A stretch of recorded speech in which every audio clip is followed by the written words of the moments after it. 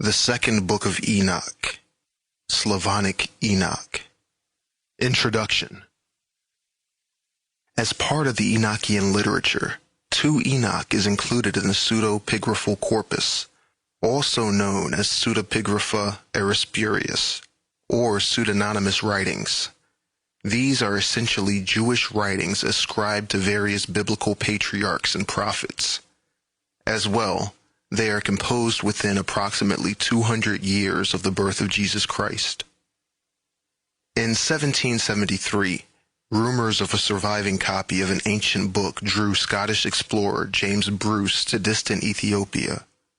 There he found 1 Enoch. Later, another Book of Enoch surfaced. The text, which is known as 2 Enoch, was discovered in 1886 by Professor Sokolov in the archives of the Belgrade Public Library. 2 Enoch was written in the latter half of the 1st century AD. The text was preserved only in Slavonic and consequently bears the designation Slavonic Enoch. The text has also been known by the titles of the Second Book of Enoch and the Secrets of Enoch.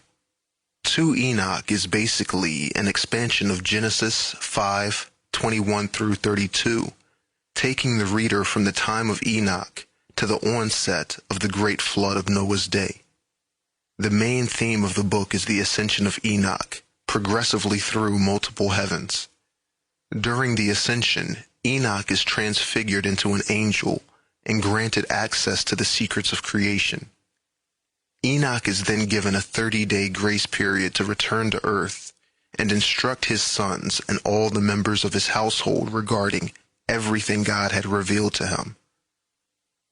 The text reports that after a period of grace, an angel will then come to retrieve him to take him from the earth. Many credible versions end with chapter 68. However, there is a longer version of 2 Enoch, which we will examine. In this version, the wisdom and insights given to the family of Enoch is passed from family members to Melchizedek, whom God raises up as an archpriest. Melchizedek then fulfills the function of a prophet-priest. To pave the way to Melchizedek, Methuselah functions as a priest for 10 years, and then passed his station on to Ner, Noah's younger brother. Ner's wife, Sopanim, miraculously conceives without human intercourse while about to die, and posthumously gives birth to Melchizedek, who is born with the appearance and maturity of a 3-year-old child, and the symbol of the priesthood on his chest. The world is doomed to suffer the flood, but Michael, the archangel, promises Melchizedek salvation. The text goes on to report that in the last generation, there will be another Melchizedek, who will be the head of all, a great archpriest, the word and power of God, who will perform miracles greater and more glorious than all the previous ones. The manuscripts which contain and preserve this document exist only in Old Slavonic. Of the 20 or more manuscripts dating from the 13th century AD, no single one contains the complete text of 2 Enoch. When pieced together, there appear to be 2 versions. These we will refer to as the long and short version. The difference in length between the 2 is due to 2 quite different features. There are blocks of text found only in the longer manuscripts, but even when the passages are parallel, the longer manuscripts tend to be more full and detailed. At the same time, there is so much verbal similarity when the passages correspond that a common source must be supposed. The form of 2 Enoch is what one finds in Jewish wisdom literature and Jewish apocalyptic literature. It has been suggested that the longer version is characterized by editorial expansions and Christian interpolations. Hence, the shorter version contains fewer Christian elements. The author of 2 Enoch speaks much of the Creator and final judgment, but he speaks very little about redemption, which seems to be absent from the thoughts of the author. Indeed, There seems to be a total lack of a savior or redeemer in 2 Enoch. What is noteworthy is that 2 Enoch has no reference to the mercy of God. In the long version presented here, it appears that the last portion of the text was added as an afterthought. It contains the rise of Melchizedek. The appearance of Melchizedek ties 2 Enoch to several other texts, forming a Melchizedekian tradition. The author of 2 Enoch follows a tradition in which an aged mother, who had been barren up to her deathbed, miraculously conceived Melchizedek without human intervention. Before she was able to give birth to the baby, she died. The baby then emerged from her dead body with the maturity of a 3-year-old boy. His priesthood will be perpetuated throughout the generations until another Melchizedek appears. If the last Melchizedek serves as the archpriest for the last generation, it indicates that in the mind of this Jewish writer, the temple was to be rebuilt and would be the place where God would meet his people when the heathen nations were destroyed. The continuation and victory of the Jews as the selected and blessed people of God is implied. In this vein, 2 Enoch follows certain apocalyptic writings. For more information on apocalyptic writings, see End of Days by Joseph Lumpkin. The Slavonic version is translated from a Greek source. Most scholars agree that there was either a Hebrew or Aramaic original lying behind the Greek source from which the Slavonic manuscripts were produced. The Hebrew origins are indicated by Semitisms in the work, but there are also Greek words and expressions. Proof that the Slavonic Enoch was first written in Greek is shown by the derivation of Adam's name and by several coincidences with the Septuagint. The origin of the story is perhaps based on Hebrew traditions, and certain Semitic turns of language show up in the text. This tends to indicate that there was at one time a Hebrew or Aramaic text that preceded the Greek. From the Greek, it was translated into Slavonic. Of this version, there are 5 manuscripts or pieces thereof found. The short version, or the Slavonic Enoch, was probably written by a single author in an attempt to bring all the current traditions about Enoch of his time into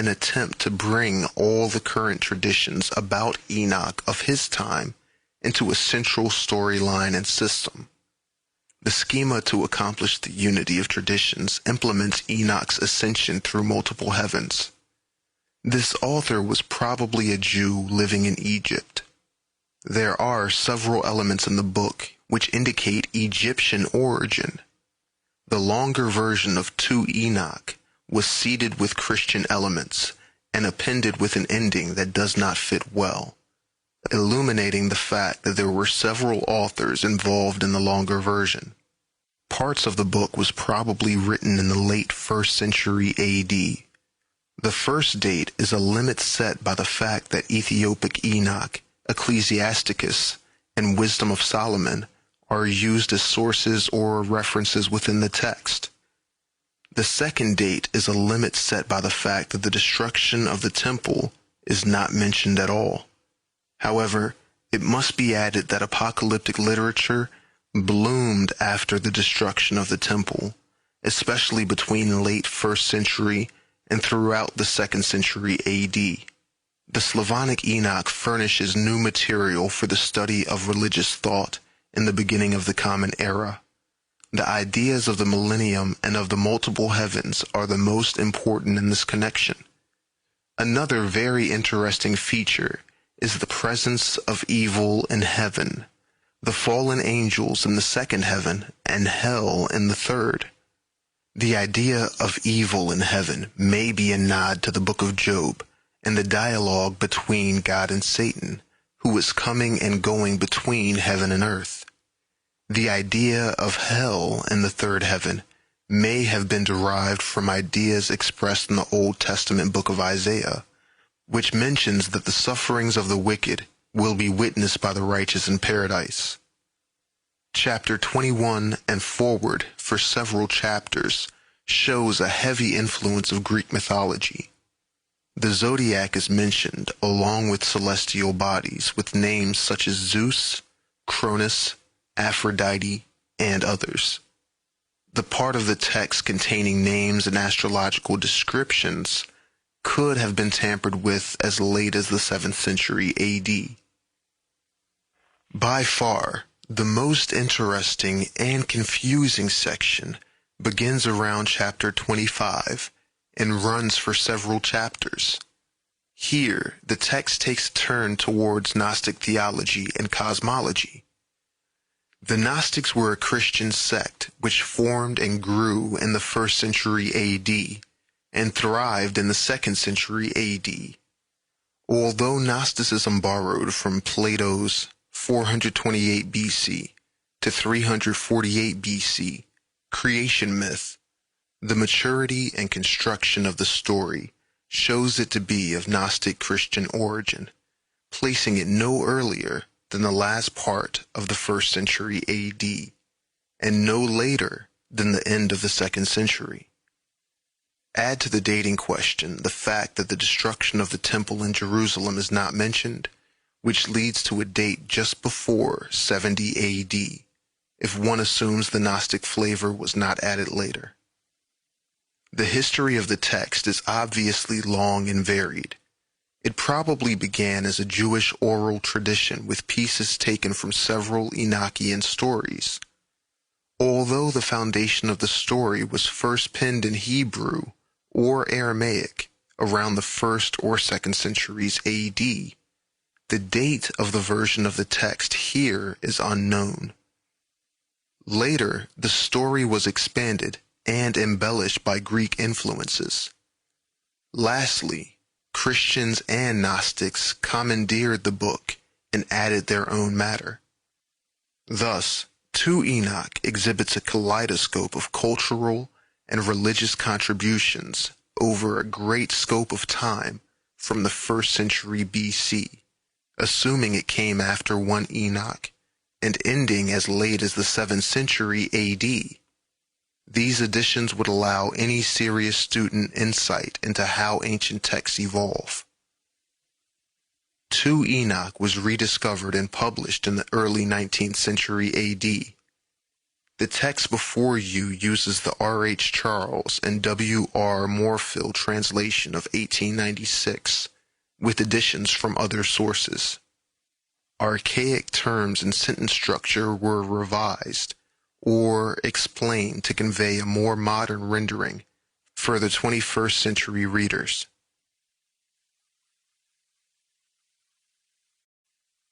To Enoch, Slavonic Enoch, the Book of the Secrets of Enoch. Chapter 1.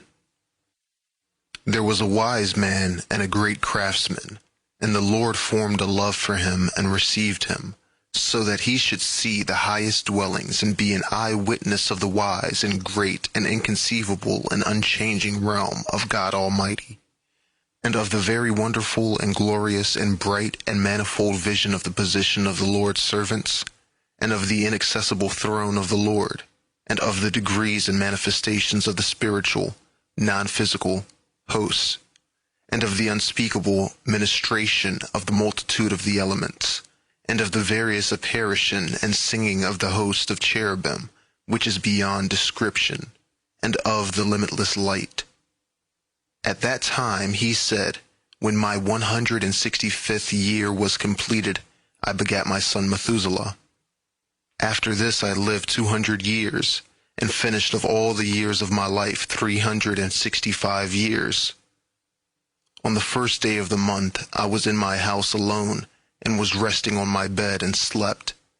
And when I was asleep, great distress came up into my heart, and I was weeping with my eyes in sleep, and I could not understand what this distress was, or what was happening to me. And there appeared to me 2 very large men, so big that I never saw such on earth. Their faces were shining like the sun, their eyes were like a burning light, and from their lips fire was coming out. They were singing, Their clothing was of various kinds in appearance and was purple. Their wings were brighter than gold, and their hands whiter than snow. They were standing at the head of my bed, and began to call me by my name. And I arose from my sleep and clearly saw the two men standing in front of me. And I greeted them and was seized with fear, and the appearance of my face was changed to terror. And those men said to me, Enoch, have courage and do not fear. The eternal God sent us to you, and you shall ascend today with us into heaven. And you shall tell your sons and all your household all that they shall do without you on earth in your house. And let no one seek you until the Lord returns you to them. And I hurried to obey them, and went out of my house, and went to the doors as I was ordered. And I summoned my sons Methuselah and Regem and Gidad, and explained to them all the marvels the men had told me.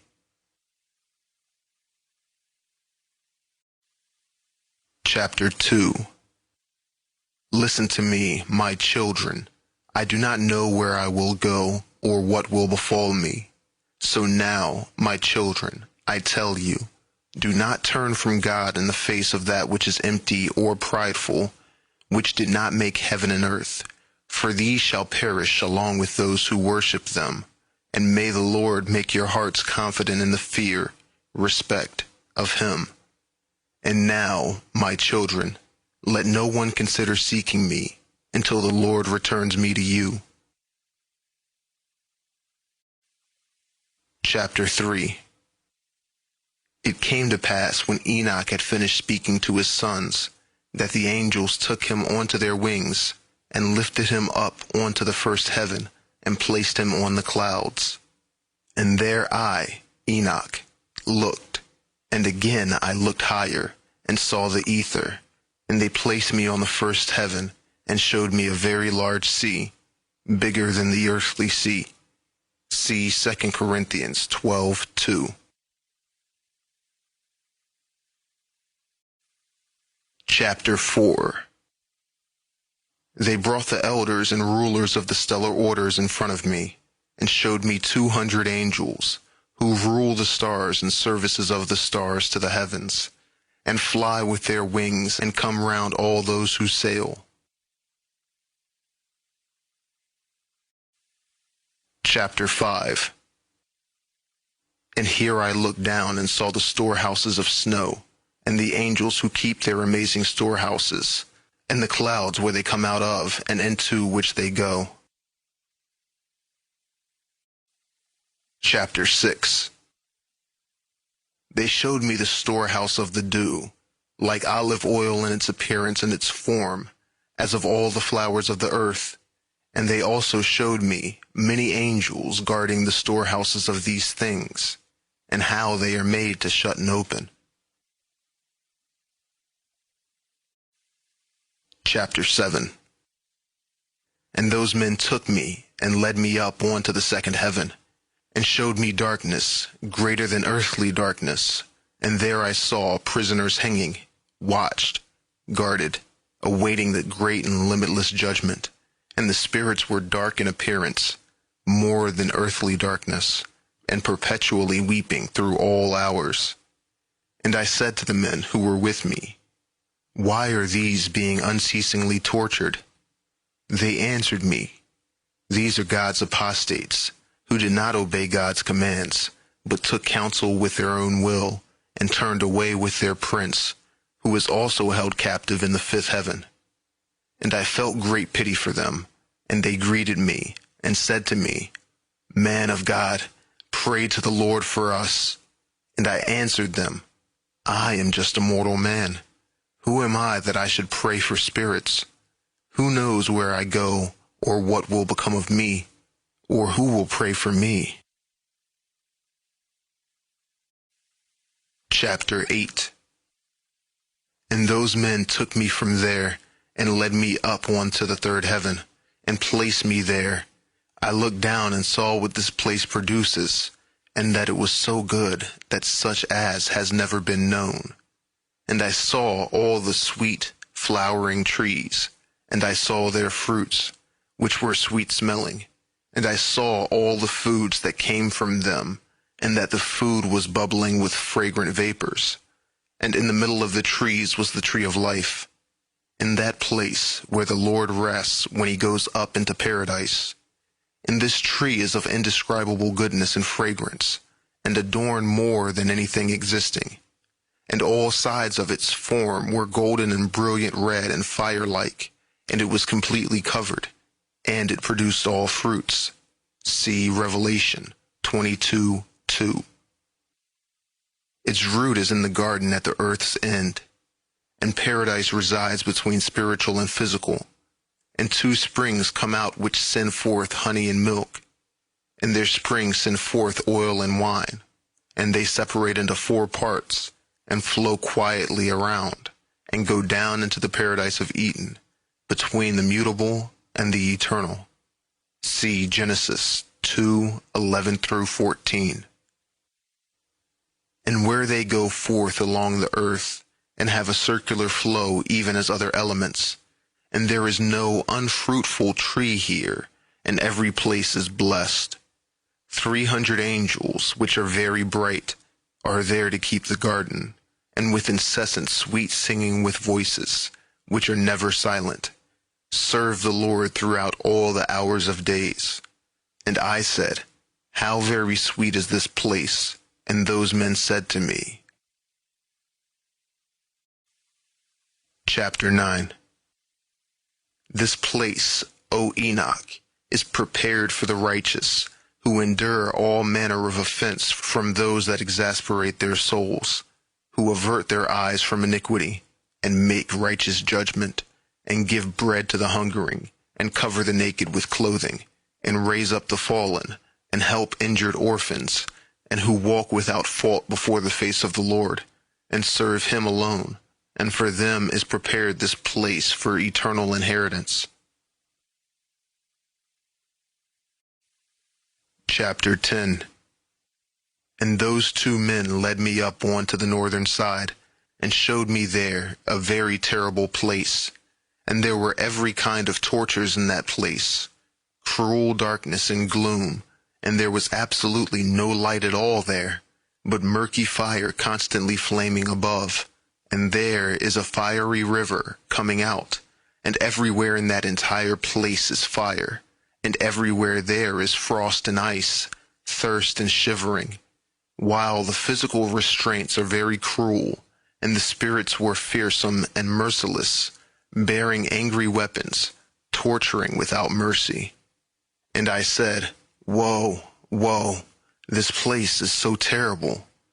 And those men said to me, this place, O Enoch, is prepared for those who dishonor God, who on earth practice sin against nature, which is sodomy of a child, corruption of children, performing magic, enchantments, and devilish witchcrafts, and who boast of their wicked deeds, stealing, lying, slander, envy, resentment, fornication, murder, and who are accursed and steal the souls of men, and those who see the poor and still take away their goods, so they grow rich, and injure them for other men's goods. And this is reserved for those who, to satisfy their own emptiness, made the hungering die, those who clothe themselves by stripping the naked, and who did not know their Creator, but instead bowed to lifeless gods who have no soul, who cannot see nor hear, who are empty, and who built carved images, and bow down to unclean fashioning of useless gods. This place is prepared for these as an eternal inheritance. Chapter 11.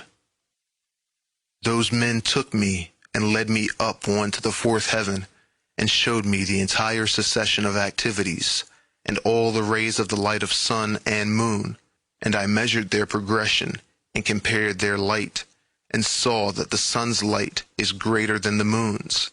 Its circle and the wheels on which it goes always is like the wind passing, with very amazing speed, with no rest, day or night. Its egress and ingress are accompanied by 4 huge stars, and each star has 1,000 stars under it.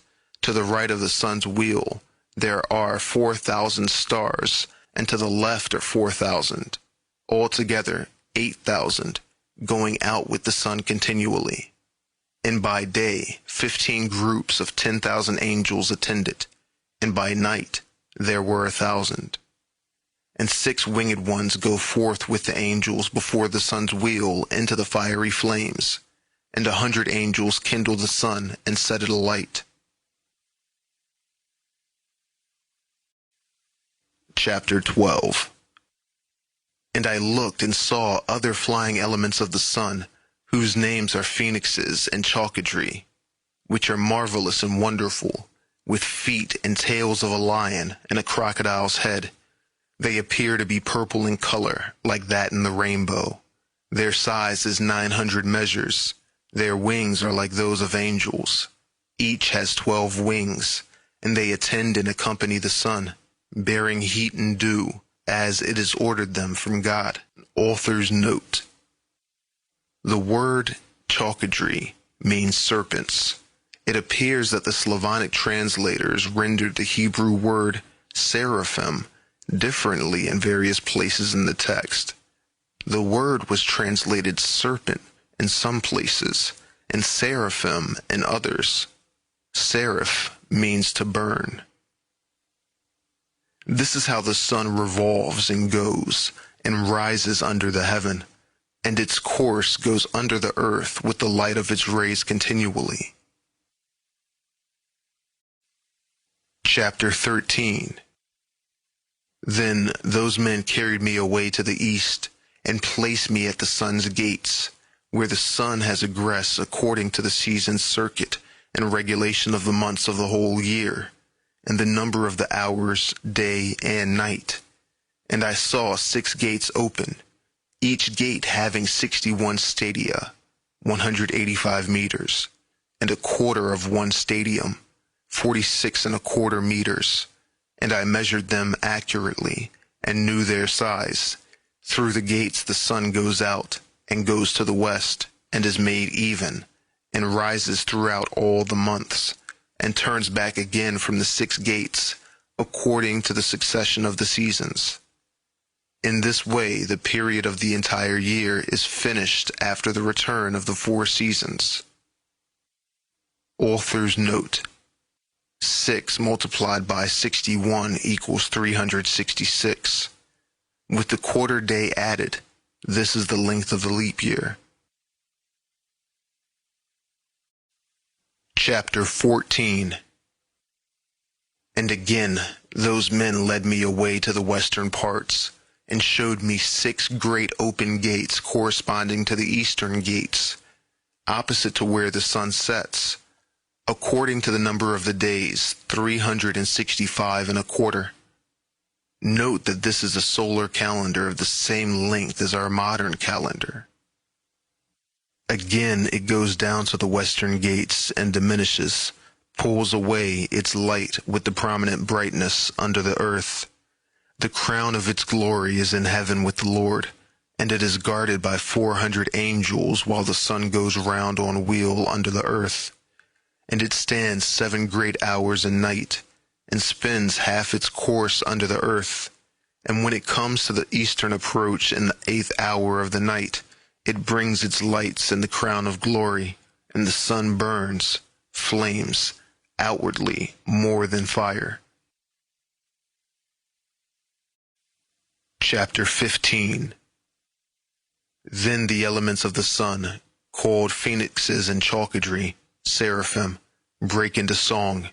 Therefore every bird flutters its wings, rejoicing at the giver of light, and they break into song at the command of the Lord. The Kadosh, holy, holy, holy. The giver of light comes to illuminate the entire world, and the morning guard takes shape, which is the rays of the sun, and the sun of the earth goes out, and receives its luminance to light up the entire face of the earth. And they showed me this calculation of the sun's going, and the great gates which it enters into are for the calculation of the hours of the year. For this reason the sun is a great creation, whose circuit lasts 28 years, and begins again from the beginning. Author's note.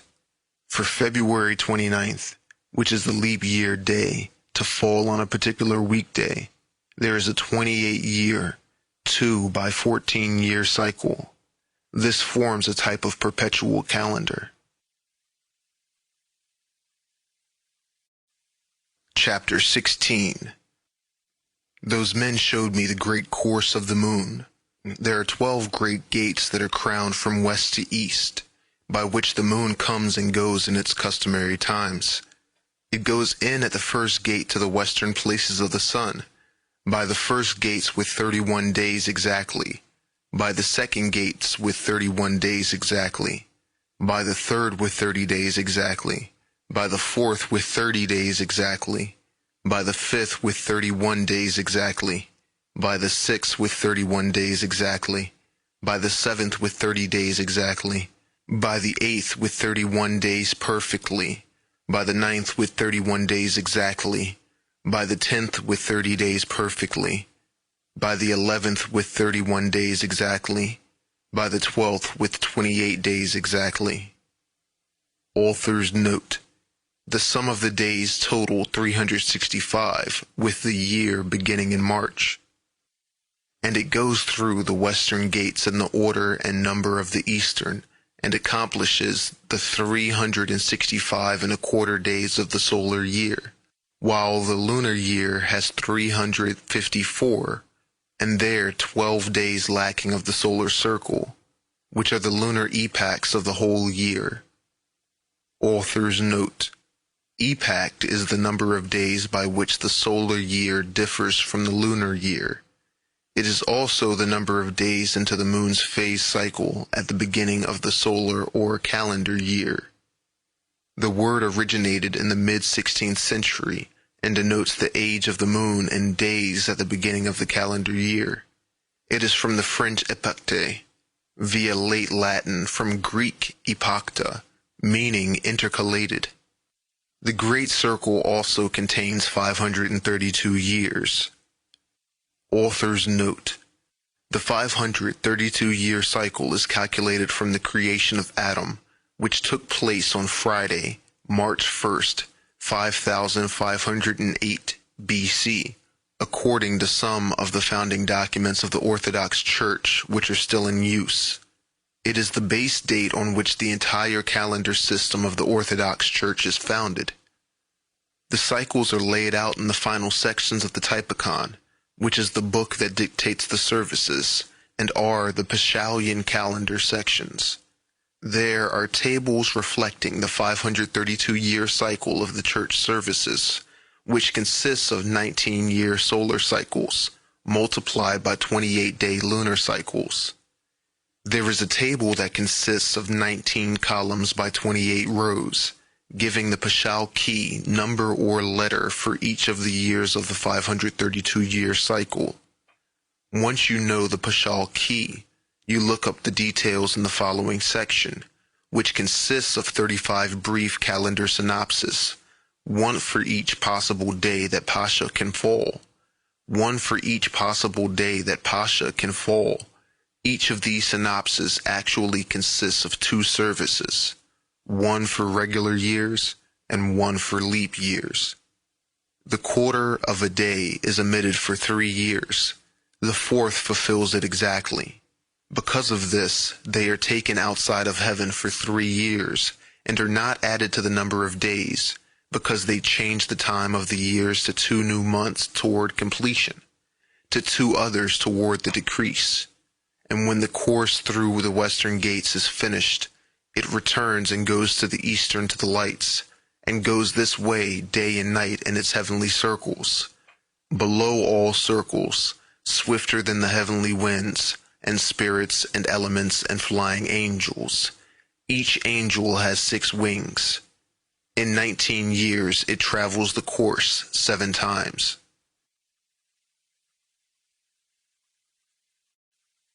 Chapter 17.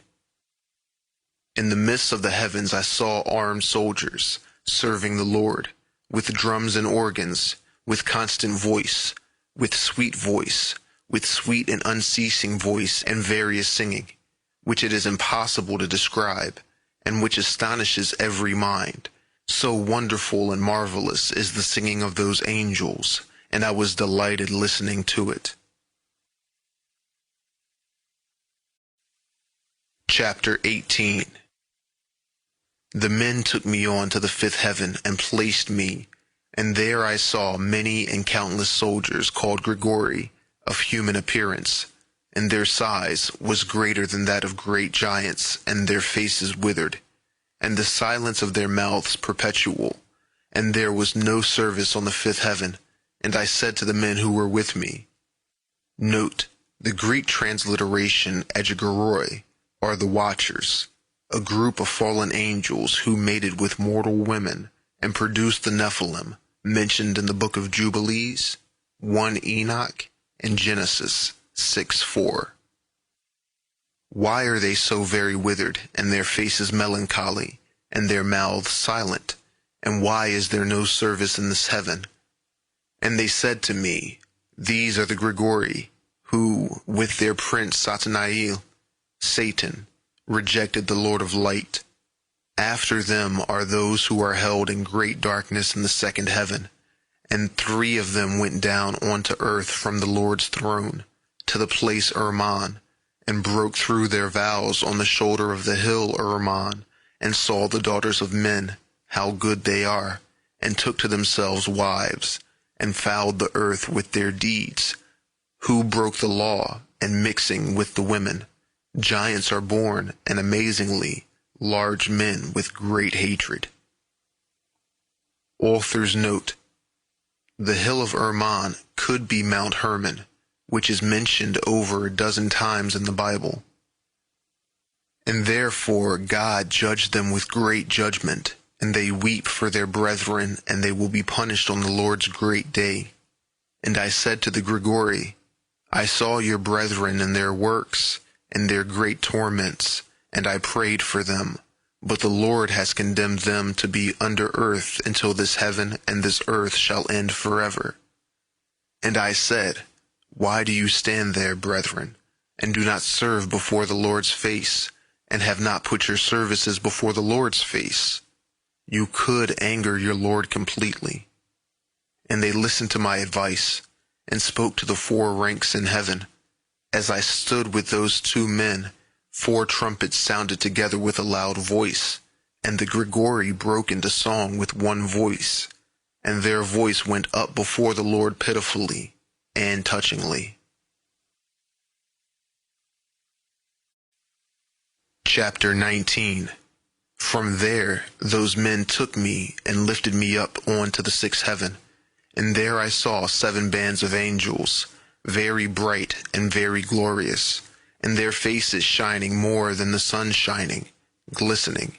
And there is no difference in their faces, or behavior, or manner of dress. And these make the orders, and learn the goings of the stars, and the alteration of the moon, or revolution of the sun, and the good administration of the world. And when they see evil doing, they make commandments and instruction, and make sweet and loud singing, and all songs of praise. These are the archangels who are above angels, and they measure all life in heaven and on earth. And the angels who are appointed over seasons and years, the angels who are over rivers and sea, and who are over the fruits of the earth, and the angels who are over every grass, giving food to every and all living things, and the angels who write down all the souls of men, and all their deeds, and their lives before the Lord's face. In their midst are 6 phoenixes, and 6 cherubim, and 6 winged ones continually singing with one voice. And it is not possible to describe their singing, and they rejoice before the Lord at his footstool. Chapter 20. And those 2 men lifted me up from there on to the 7th heaven, and I saw there a very great light, and fiery troops of great archangels, incorporeal forces and dominions, orders and governments, cherubim and seraphim, thrones and many-eyed ones, 9 regiments, the Ioanid stations of light. And I became afraid, and began to tremble with great terror.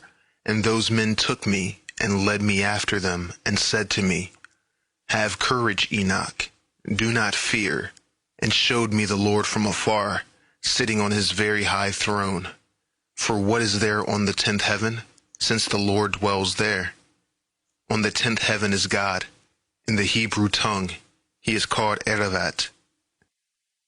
Author's note: the meaning of Iowanet is not clear.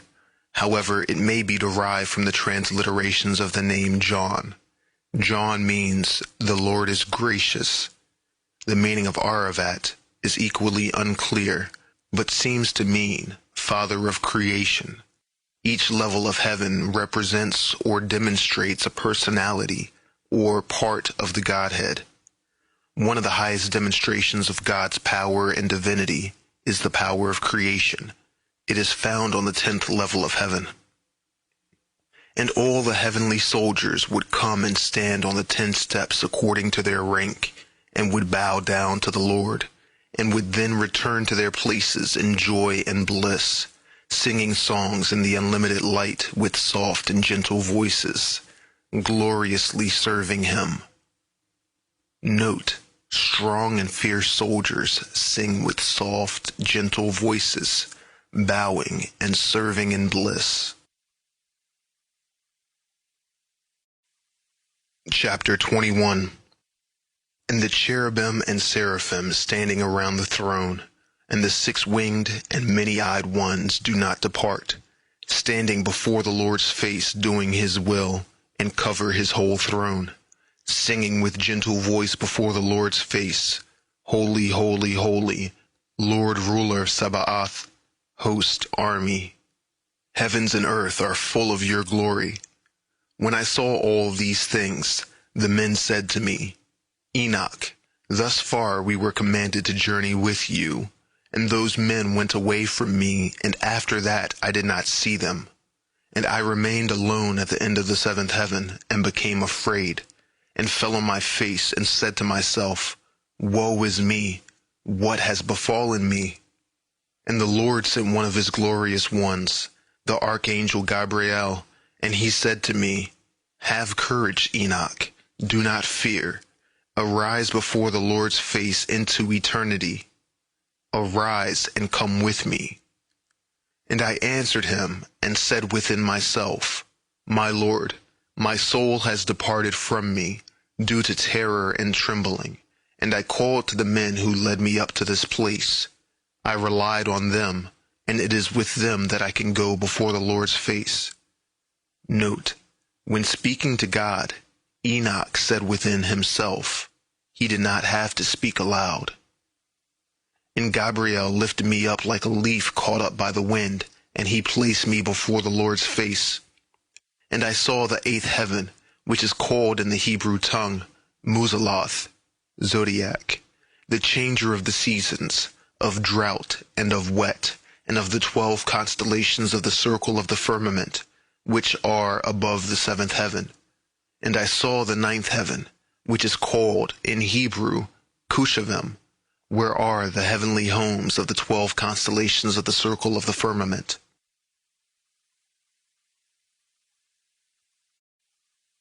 Chapter 22. On the 10th heaven, which is called Eravath, I saw the appearance of the Lord's face, like iron made to glow in fire, and it shone forth and cast it out, emitting sparks, and it burned. Note: one possible meaning of Aravath is 3 times holy, or holy, holy, holy. In a moment of eternity, I saw the Lord's face, but the Lord's face is indescribable, marvelous and very amazing, and very, very terrible. And who am I to tell of the Lord's unspeakable being, and of his very wonderful face? I cannot tell the amount of his instructions, and the variety of voices. The Lord's throne is very great, and not made with hands, and I cannot tell the number of those standing around him. There were troops of cherubim and seraphim, and they sang unceasingly. I cannot tell of his unchanging beauty. Who shall tell of the unpronounceable greatness of his glory? And I fell prone and bowed down to the Lord. And the Lord with his lips said to me, Have courage, Enoch. Do not fear. Arise and stand before my face into eternity. Stand before my face eternally. Stand before my eternal face. Note, Enoch is out of and above time-space. Eternity is now, and he can feel the timelessness of where he is. The language struggles to convey this fact. And the archangel Michael lifted me up and led me to the Lord's face. And the Lord said to his servants, testing them, Let Enoch stand before my face into eternity. And the glorious ones bowed down to the Lord and said, Let Enoch go according to your word. And the Lord said to Michael, Go and take Enoch and remove his earthly garments, and anoint him with my sweet ointment, and put him into the garments of my glory. And Michael did as the Lord told him. He anointed me and dressed me, and the appearance of that ointment is more than the great light, and his ointment is like sweet dew, and its smell mild, shining like the sun's rays. And I looked at myself, and I was transformed into one of his glorious ones. Note, the number symbolism of 10 is that of new starts at a higher level, new beginnings, and recreation. And the Lord summoned one of his archangels, whose name is Pravuel, whose knowledge was quicker in wisdom than the other archangels, who wrote all the deeds of the Lord. And the Lord said to Pravuel, Bring out the books from my storehouses, and a reed of quick writing, and give it to Enoch, and deliver to him the best and comforting books out of your hand. Note, Enoch is now an angel. He now has access to the heavenly records and the understanding to use the knowledge. A reed was used in writing, much like a quill was used.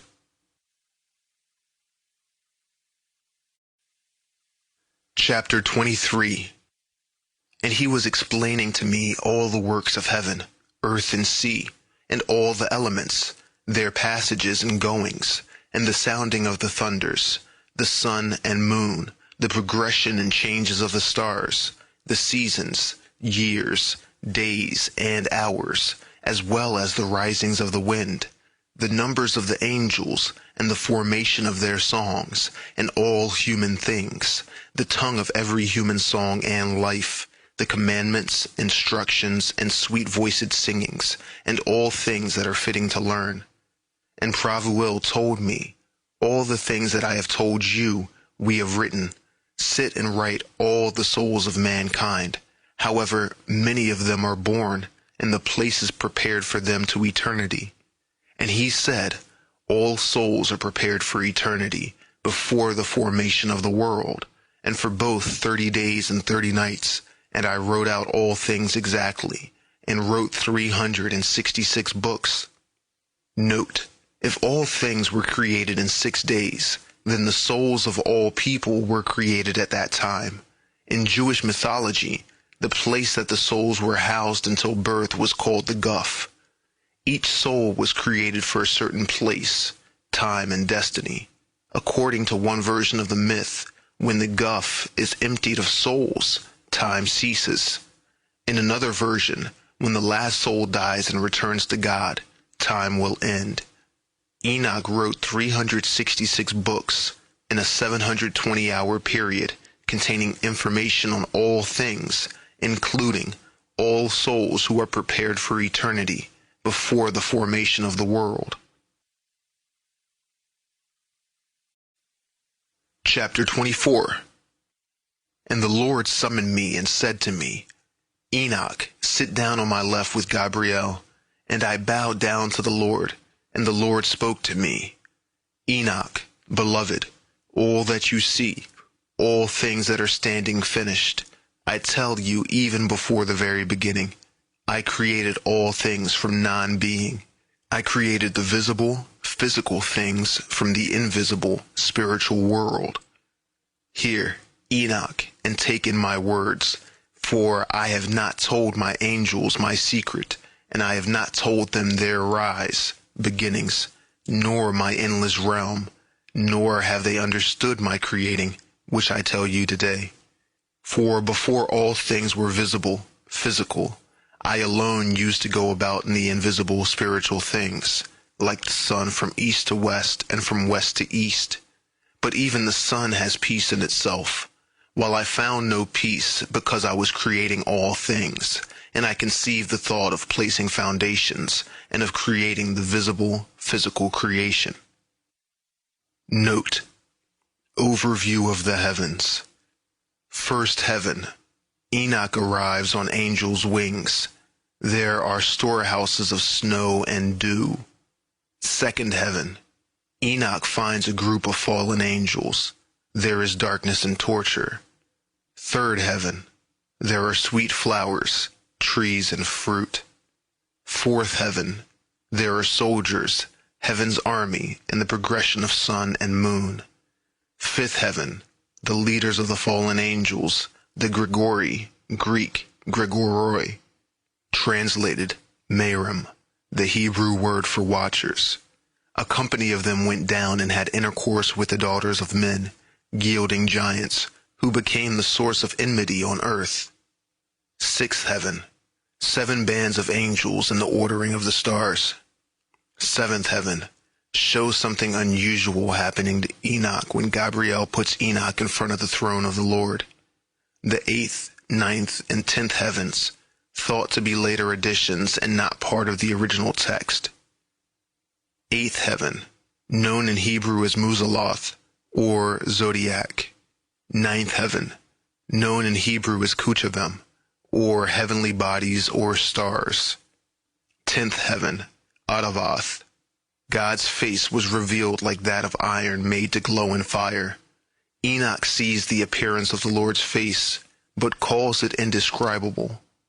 Pravuel, the archangel, is commanded to write down secret information about astronomy, climate, and language, and give it over to Enoch. In other Enochian writings, the same angel, also spelled Pnumi, is criticized for teaching humans to write. Chapter 25. I commanded in the very lowest parts that the visible, physical thing should come down from the invisible, spiritual realm, and Adowil came down very great, and I beheld him, and he had a belly of great light. And I said to him, Become undone, Adowil, Adowil, and let the visible, physical universe come out of you. And he came undone, and a great light came out, and I was in the midst of the great light. And as there is born light from light, there came forth a great age, eon, space of time, and showed all creation, which I had thought to create. And I saw that it was good. And I placed for myself a throne, and took my seat on it, and said to the light, Go up higher from here, and station yourself high above the throne, and be a foundation to the highest things. And above the light there is nothing else. And then I rose up and looked up from my throne. Note: beginning with chapters 25 and 26, the book of 2 Enoch takes a rather Gnostic diversion. The Gnostics were a Christian sect that flourished around the 3rd century A.D. The Gnostic view of the Godhead borrowed heavily from the creation saga preached by Plato, circa 428 BC to 348 BC. The story of it all and the emanation of pure light from God, which brings about creation of the physical world, is similar to other Gnostic works. Gnosticism teaches that in the beginning, a supreme being called the Father, the divine all, the origin, the supreme God, or the fullness, emanated the element of existence, both visible and invisible. His intent was not to create, but, just as light emanates from a flame, so did creation shine forth from God. This manifested the primal element needed for creation. This was the creation of Barbello, who is the thought of God. The Father's thought performed a deed, and she was created from it. It is she who had appeared before him in the shining of his light. This is the first power which was before all of them, and which was created from his mind. She is the thought of the all, and her light shines like his light. It is the perfect power, which is the visage of the invisible. She is the pure, undefiled spirit who is perfect. She is the first power. Aroil has that place in this myth. It could be said that Barbello was the creative emanation, and, like the divine all, is both male and female. It was the agreement of Barbello and the divine all, representing the union of male and female, that created the Christ spirit in all the eons. In some renderings, the word eon is used to designate an ethereal realm or kingdom. In other versions, eon indicates the ruler of the realm. The eons of this world are merely reflections of the eons of the eternal realm. The reflection is always inferior to real. In several Gnostic cosmologies, the living world is under the control of entities called eons, of which Sophia is head. This means the eons influence or control the soul, life force, intelligence, thought, and mind. Control of the mechanical or inorganic world is given to the archons. The archons were created by Sophia. Sophia, probably out of pride, tried to emulate the creative force of God by creating an image of herself, meaning that she wanted to produce an offspring without either consort or the approval of her father, God. As an eon, she did have the power to do so, but she wasn't perfect like the Great Spirit, or like the other two perfect eons, Barbello and the Autogenes. Nevertheless, in her arrogance, she attempted to create and failed. She was horrified when she saw her creation, an imperfect, brutish creature with a lion-faced serpent with eyes of fire, whom she called Yada-Ba'oth. Sophia cast her offspring out of Pleroma, heaven, and hid her child within a thick cloud from the other eons, because of her embarrassment and shame. Yada-Ba'oth was the first of the Archon, ruler, and he stole his mother's power, so that she wasn't able to escape from the cloud. Despite gaining Sophia's eonic power, he was weak, but prideful, ambitious, and power-hungry. Since the Archons, including Yada-Ba'oth, were androgynous beings, Yada-Ba'oth fathered 12 Archons, giving each a bit of his power. They were named Atoth, Harmas, Kalila Ombri, Yabel, Adonoi, or Sabaoth, Cain, Abel, Abrasine, Yobel, Armapiel, Melchior Adonai, and Belias. 7 Archons would rule 7 heavens and 5 in the abyss, which Yada-Ba'oth and the Archons created. Each Archon would rule a heaven, or the abyss, and created 365 angels to help them. The Archons rule the physical aspects of systems, regulation, limits, and order in the world. Both the ineptitude and cruelty of the Archons are reflected in the chaos and pain of the material realm. See the book, The Gnostic Scriptures by Joseph Lumpkin, published by Fifth Estate. Although the above may be a digression from the text of 2 Enoch, it adds insight into the time frame and origins of its production. Gnostic influences were felt from the late 1st century to the early 4th century AD. If the writer of this section of 2 Enoch was exposed to the Gnostic sect, it would exclusively make 2 Enoch a text with Christian influences. Chapter 26.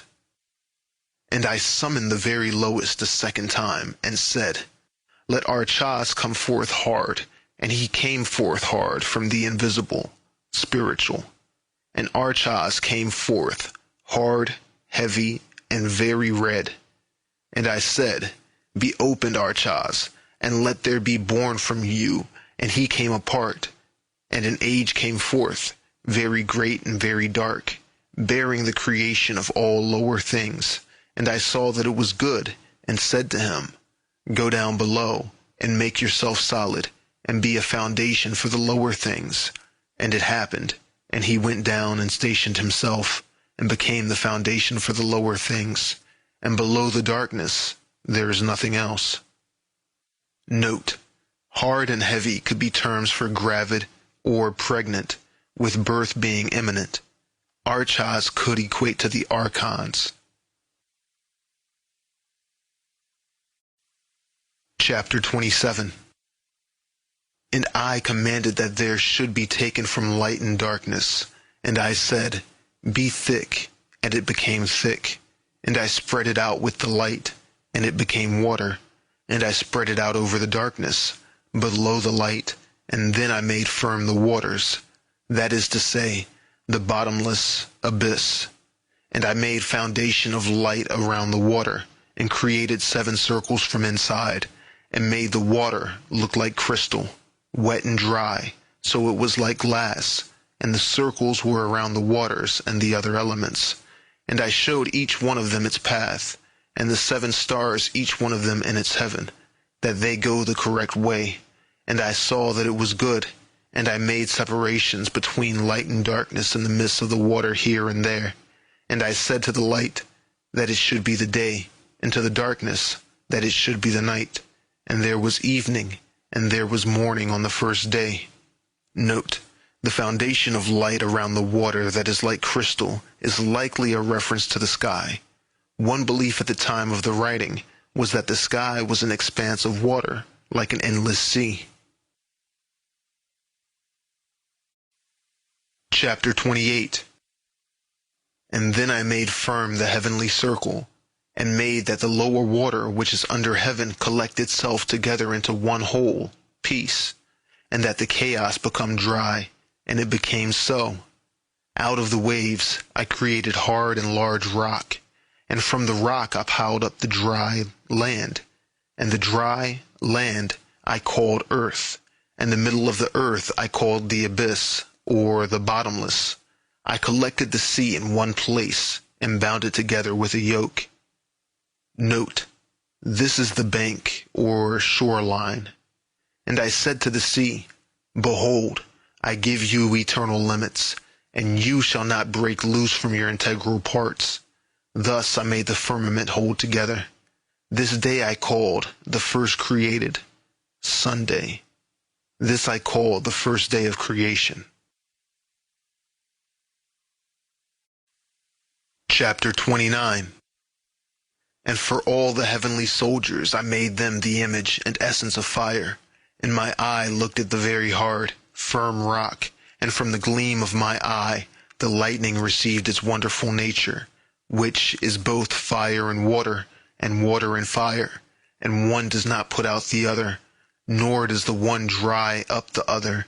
Therefore the lightning is brighter than the sun, softer than water, and firmer than hard rock. Note: if the sky is made of water and lightning, which is fire, issues from the sky, then water and fire must exist together in a heavenly form. And from the rock I cut off a great fire, and from the fire I created the orders of the incorporeal, spiritual, non-physical, 10 troops of angels, and their weapons are fiery, and their raiment a burning flame. And I commanded that each one should stand in his order. And one from out the order of angels, having violated the command he was given, conceived an impossible thought, to place his throne higher than the clouds above the earth, so that he might become equal in rank to my power. And I threw him out from the height with his angels, and he was flying in the air continuously above the bottomless abyss. Note: we assume this ends the second day, although it is not mentioned. Chapter 30. On the 3rd day I commanded the earth to make and grow great and fruitful trees, and hills and seeds to sow, and I planted paradise and enclosed it, and placed armed guards in the form of my flaming angels, and in this way I created renewal. Then came evening, and morning came of the 4th day. On Wednesday, the 4th day, I commanded that there should be great lights on the heavenly circles. On the first uppermost circle I placed the stars, Cronus, and on the second, Aphrodite. On the 3rd, Ares. On the 5th, Zeus. On the 6th, Hermes. On the 7th, Lesser the moon, and adorned it with the lesser stars. Note: the 4th heavenly circle is vacant. The Greek names for the heavenly bodies leave no doubt as to the influence of Greek words and ideas within this section of the text. And on the lower parts I placed the sun for the illumination of day, and the moon and stars for the illumination of night. And I set the sun that it should go according to each of the 12 constellations, and I appointed the succession of the months and their names and lives, their thundering, and how they mark the hours, and how they should proceed. Then evening came and morning came of the 5th day. On Thursday, the 5th day, I commanded the sea that it should bring forth fishes, and feathered birds of many varieties, and all animals creeping over the earth, going forth over the earth on 4 legs, and soaring in the air, of male and female sex, and every soul breathing the spirit of life. Note: verse 8 proclaims the creation of all souls breathing, inspired by the spirit of life. The next verse proclaims the creation of man. This day filled the gulf, and incarnation begins in the next. And there came evening, and there came morning of the 6th day. On Friday, the 6th day, I commanded my wisdom to create man from 7 consistent applications. 1. His flesh from the earth. 2. His blood from the dew. 3. His eyes from the sun. 4. His bones from stone. 5. His intelligence from the swiftness of the angels and cloud. 6. His veins and his hair from the grass of the earth. 7. His soul from my breath and from the wind. And I gave him 7 natures: to the flesh, hearing; the eyes for sight; to the soul, smell; the veins for touch; the blood for taste; the bones for endurance; to the intelligence, enjoyment. I created a saying, speech, from knowing. I created man from spiritual and from physical nature. From both come his death and life and appearance. He knows speech like some created thing. He is small in greatness and great in smallness, and I placed him on earth like a second angel, to be honorable, great, and glorious. And I appointed him as ruler to rule on earth, and to have my wisdom, and there was none like him on earth of all my existing creatures. And I appointed him a name made from the 4 components, from east, from west, from south, and from north. And I appointed for him 4 special stars, and I called his name Adam, and showed him the 2 ways, the light and the darkness. And I told him, this is good, and that bad, so that I should learn whether he has love towards me or hatred, and so that it would be clear who in his race loves me. Note: the Hebrew name of Adam means man. For I have seen his nature, but he has not seen his own nature, and therefore by not seeing it he will sin worse. And I said, after sin is there nothing but death? And I put sleep into him, and he fell asleep. And I took from him a rib, and created him a wife, so that death should come to him by his wife. And I took his last word, and called her name Mother, that is to say, Eve. Chapter 31. Adam has life on earth, and I created a garden in Eden in the east, so that he should observe the testament and keep the command. I made the heavens open to him, so that he would see the angels singing the song of victory, and the light without shadow. And he was continuously in paradise. And the devil understood that I wanted to create another world, because Adam was Lord on earth, to rule and control it. The devil is the evil spirit of the lower places. He made himself a fugitive from the heavens as the devil, and his name was Satan. Thus he became different from the angels, but his nature did not change his intelligence, as it applied to his understanding of righteous and sinful things. And he understood his condemnation and the sin that he had committed before. Therefore he devised a thought against Adam, in which he entered and seduced Eve, but did not touch Adam. But I cursed ignorance. However, what I had blessed before I did not curse. I did not curse man, nor the earth, nor other creatures, but I cursed a man's evil results and his works.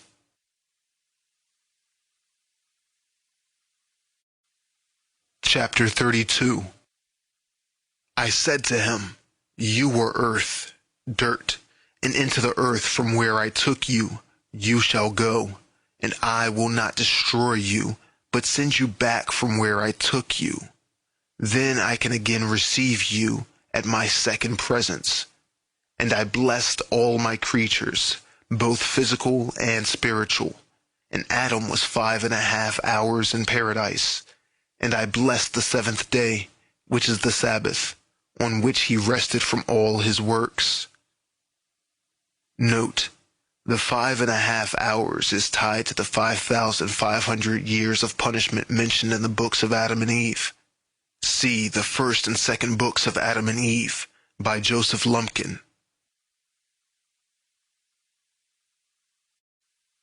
Chapter 33.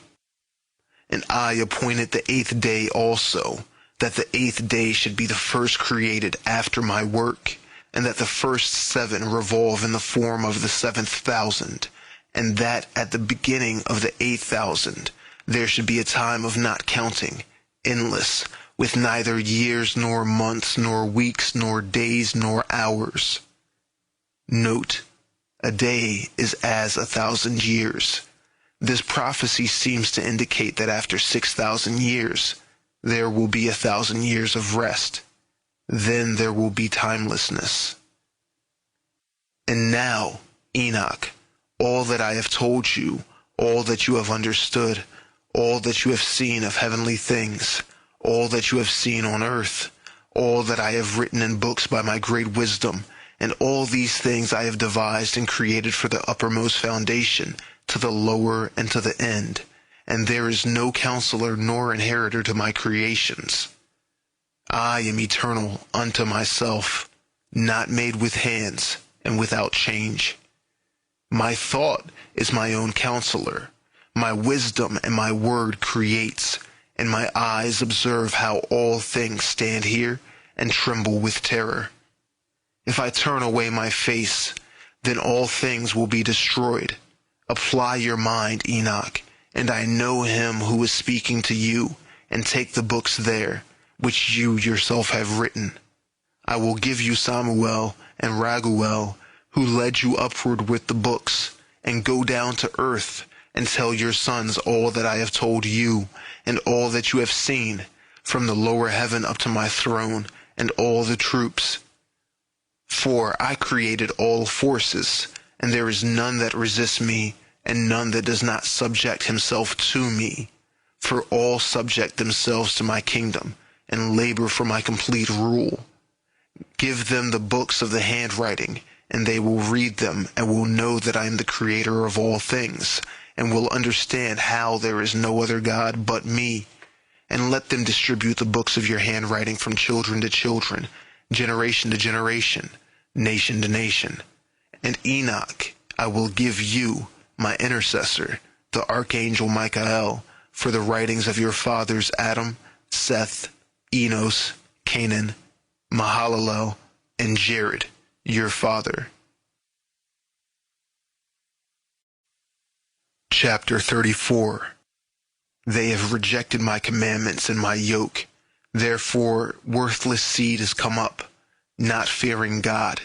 And they would not bow down to me, but have begun to bow down to empty gods, and rejected my unity, oneness, sovereignty, and have piled the whole earth up with lies, offenses, abominable lust with one another, and all manner of other unclean wickedness, which are disgusting to even mention. And therefore I will bring down a deluge upon the earth, and will destroy all men, and the whole earth will crumble together into great darkness. Chapter 35. You will see that from their seed shall arise another generation, long afterward, but of them many will be full of very strong desires that are never satisfied. He who raises that generation shall reveal the books of your writing of your fathers to them, and he must point out the guardianship of the world to the faithful men and workers of my pleasure, who do not acknowledge my name in empty words. And they shall tell another generation, and those others, who, having read, shall afterward be glorified more than the first. Chapter 36.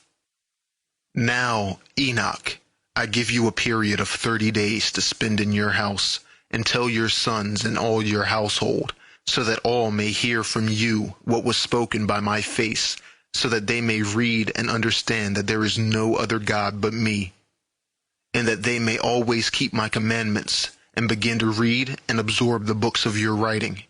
And after 30 days I shall send my angel for you, and he will take you from earth and from your sons, and bring you to me.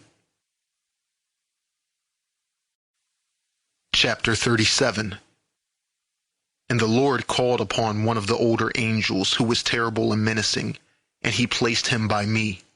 He appeared white as snow, and his hands were like ice, having the appearance of great frost, and he froze my face, because I could not endure the terror of the Lord, just as it is not possible to endure a stove's fire, or the sun's heat, or the frost of the air.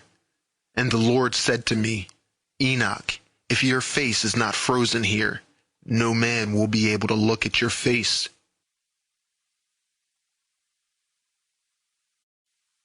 Chapter 38. And the Lord said to those men who first led me up, Let Enoch go down onto earth with you, and await him until the determined day. And by night they placed me on my bed. But Methuselah was expecting my return, and was keeping watch in my bed by day and night. And he was filled with awe when he heard my return. And I told him, Let all my household come together, so that I may tell them everything.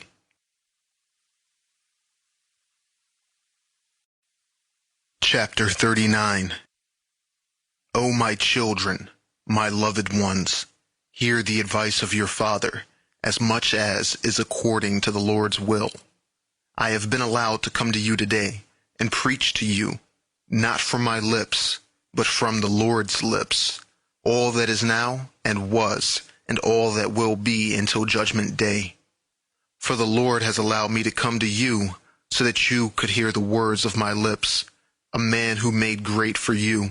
But I am one who has seen the Lord's face, and it was like iron made to glow from fire. It sends forth sparks and burns.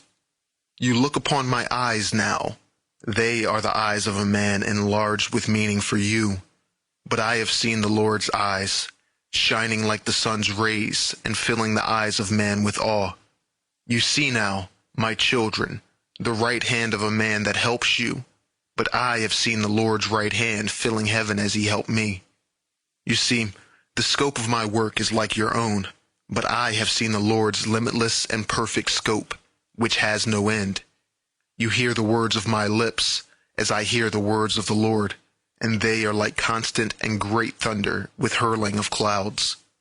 And now, my children, hear the lecture of the Father of the earth.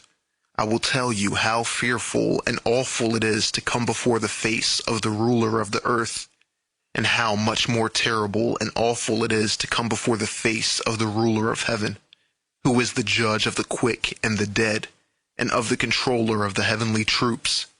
Who of us can endure that endless pain?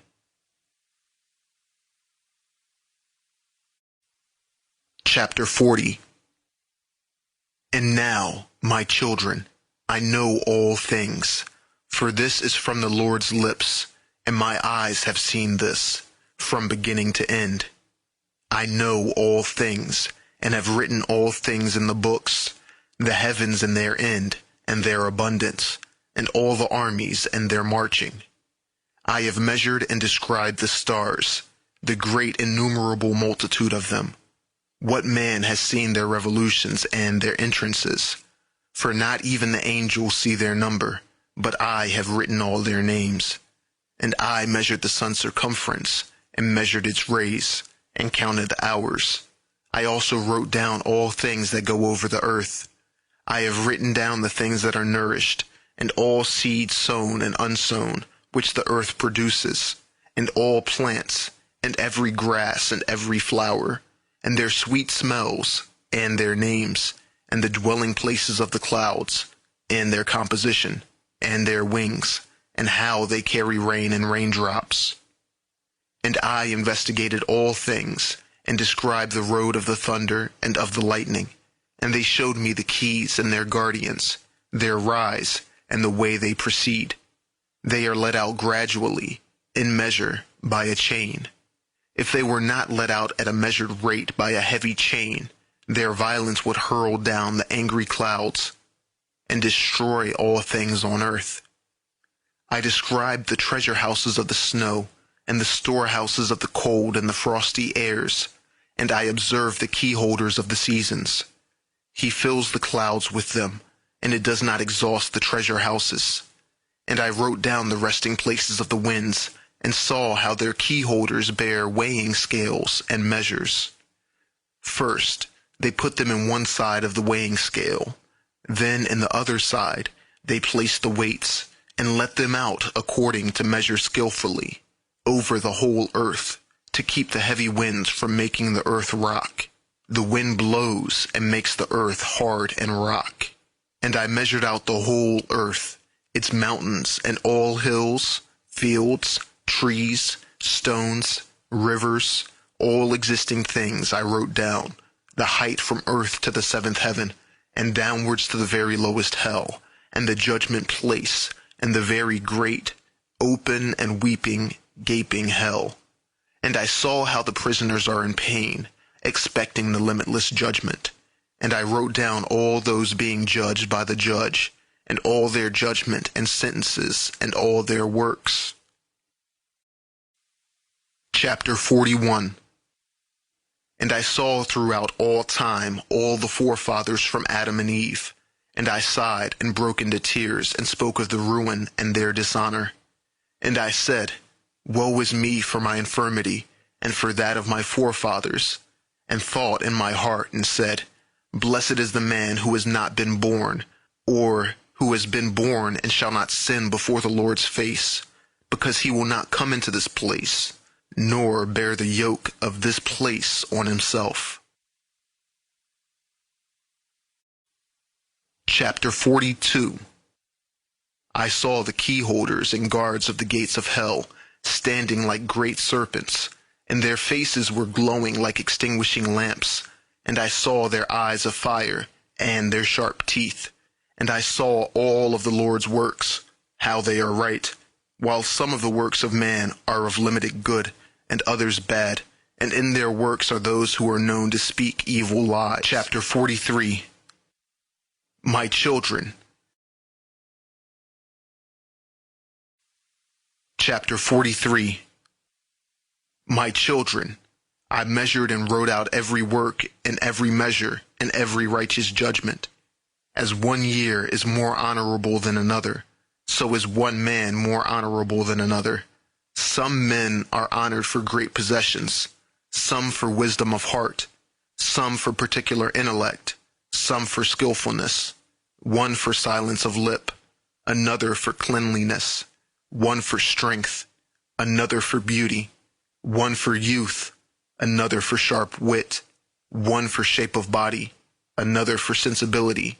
But let it be heard everywhere, there is none better than he who fears God. He shall be more glorious in time to come.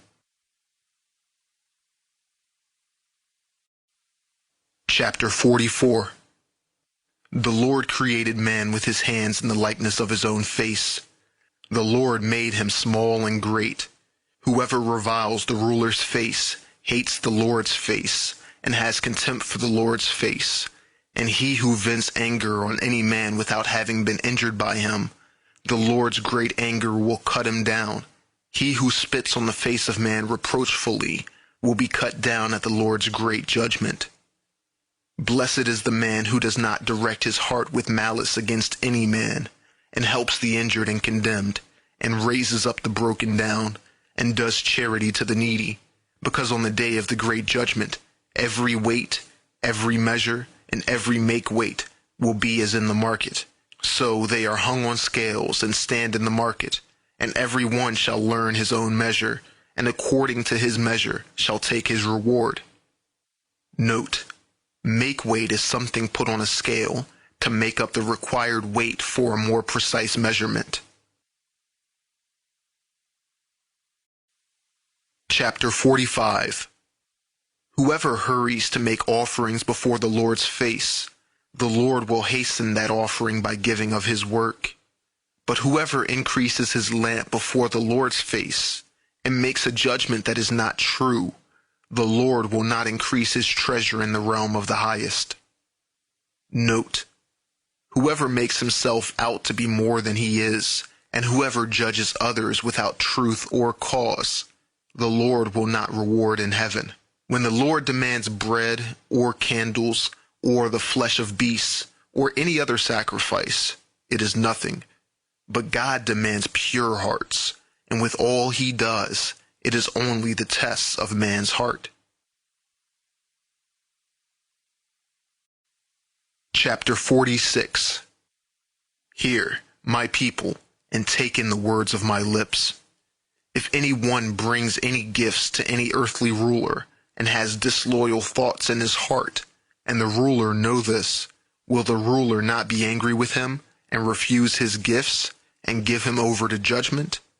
Or if one man makes himself appear good to another by deceit of the tongue, but has evil in his heart, then will the other person not understand the treachery of his heart, and condemn him, since his lie was plain to all?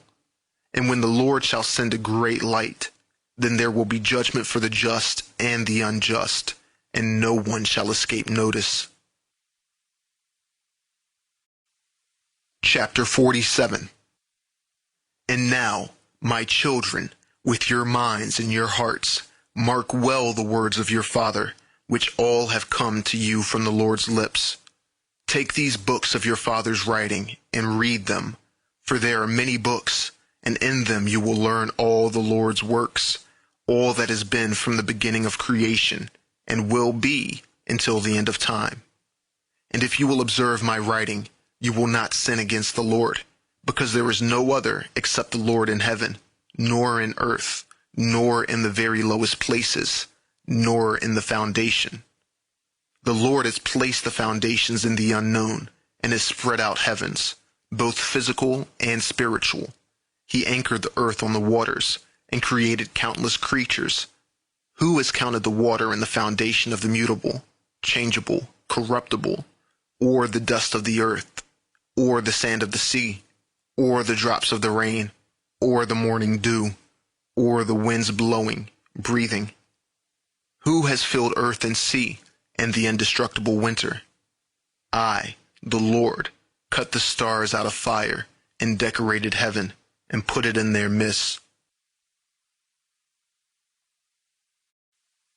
Chapter 48. The sun goes along the 7 heavenly circles, which are the appointment of 182 thrones. It goes down on a short day, and again 182. It goes down on a short day, and again 182. It goes down on a long day, and he has 2 thrones on which he rests, revolving here and there above the thrones of the months. From the 17th day of the month Sivan, it goes down to the month Thivan. From the 17th of Thivan it goes up. Note, the words Thivan and Thivan refer to the summer and winter solstice, dividing the lengthening and shortening of days. The sun goes in a sinusoidal wave, decreasing daylight time for 182 days and growing longer in daylight hours for 182 days. with an extra day, which is a long day. The total is 365 days. When it goes close to the earth, then the earth is glad and makes its fruits grow. And when it goes away, then the earth is sad, and trees and all fruits will not flower. All this he measured with good measurement of hours, and predetermined a measure by his wisdom of the physical and the spiritual realms. From the spiritual realm he made all things that are physical, himself being spiritual. So I teach you, my children, and tell you to distribute the books to your children, into all your generations, and among the nations who shall have the sense to fear God. Let them receive them, and may they come to love them more than any food or earthly sweets, and read them and apply themselves to them. And those who do not understand the Lord, who do not fear God, who do not accept, but reject, who do not receive the books, a terrible judgment awaits these. Blessed is the man who shall bear their yoke, and shall drag them along, for he shall be released on the day of the great judgment.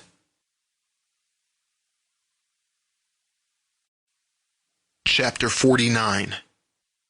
I swear to you, my children, but I do not swear by any oath, neither by heaven, nor by earth, nor by any other creature created by God. The Lord said, there is no oath in me, nor injustice, but only truth. But there is no truth in men, so let them swear by the words, yeah, or else, nay, nay. And I swear to you, yeah, that every man that has been in his mother's womb has had a place prepared for the repose of that soul, and a measure predetermined of how much it is intended that a man be tried, tested, in this world. Yeah, children, do not deceive yourselves, for there has been a place previously prepared for the soul of every man. Note, this is a statement of predestination. Chapter 50. I have put every man's work in writing, and none born on earth can remain hidden, nor his works remain concealed. I see all things. Therefore, my children, spend the number of your days in patience and meekness, so that you may inherit eternal life. For the sake of the Lord, endure every wound, every injury, every evil word, and every attack.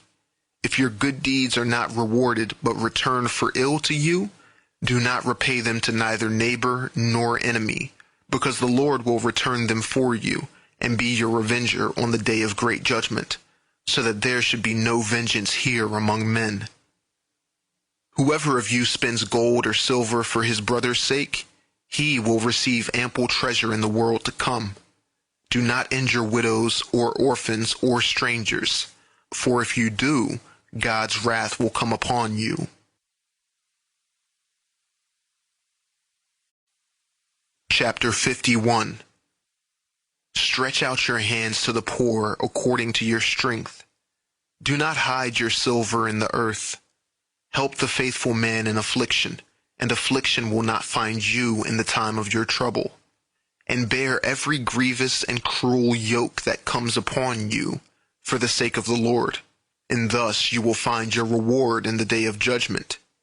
It is good to go morning, midday, and evening into the Lord's house, for the glory of your Creator, because every breathing thing glorifies Him, and every creature, both physical and spiritual, gives Him praise, gives His praise back to Him.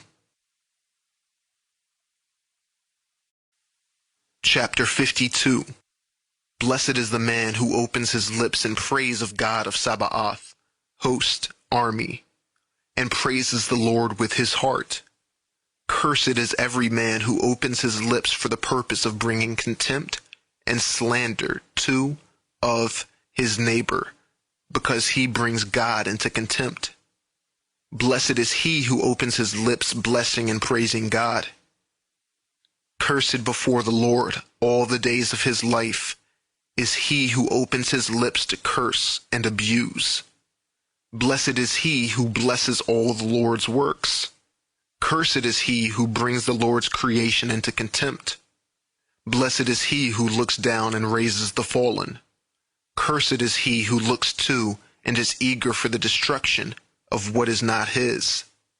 Blessed is he who keeps the foundations of his fathers that were made firm from the beginning. Cursed is he who corrupts the doctrine of his forefathers. Blessed is he who imparts peace and love. Cursed is he who disturbs those that love their neighbors. Blessed is he who speaks with humble tongue and heart to all. Cursed is he who speaks peace with his tongue, while in his heart there is no peace but a sword. For all these things will be laid bare in the scales of balance and in the books, on the day of the great judgment. Chapter 53. And now, my children, do not say, Our Father is standing before God and is praying for our sins, for there is no helper for any man who has sinned. You see how I wrote down all of the works of every man before his creation, all that is done among all men for all time. And none can tell or relate my writing, because the Lord sees all imaginings of man, and how they are empty and prideful, where they lie, and how they are empty and prideful, where they lie in the treasure houses of the heart. And now, my children, mark well all the words of your father that I tell you, or you will be regretful, saying, Why did our father not tell us?